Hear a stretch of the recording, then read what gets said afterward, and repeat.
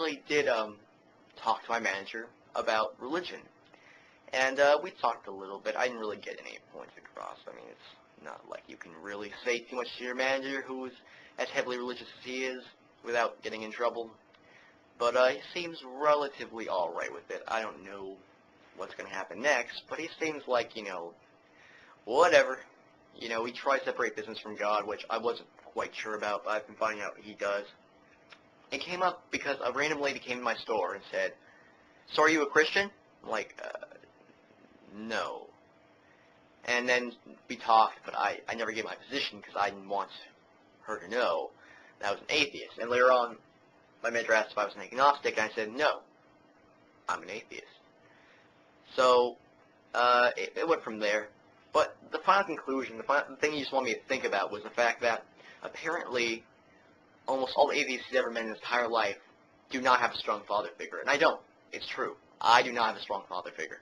My dad was not much around. I mean, he's always been there. I mean, the house I live in, he worked for it. He's always been my life, but he never really did much. I don't think he really ever wanted children. Been 90% my mom. So, because of that, my manager, I guess, kind of implies that that's why I don't believe in God, because I can't possibly imagine that father figure. Now, I'm making this video so I can hear your response on this, and actually, I'm kind of curious. Do most atheists, at least in your experience, or you personally, not have a strong father figure? Let's see if you can falsify this, if it's possible. Because apparently it distances you from God, because you can't possibly imagine the father figure.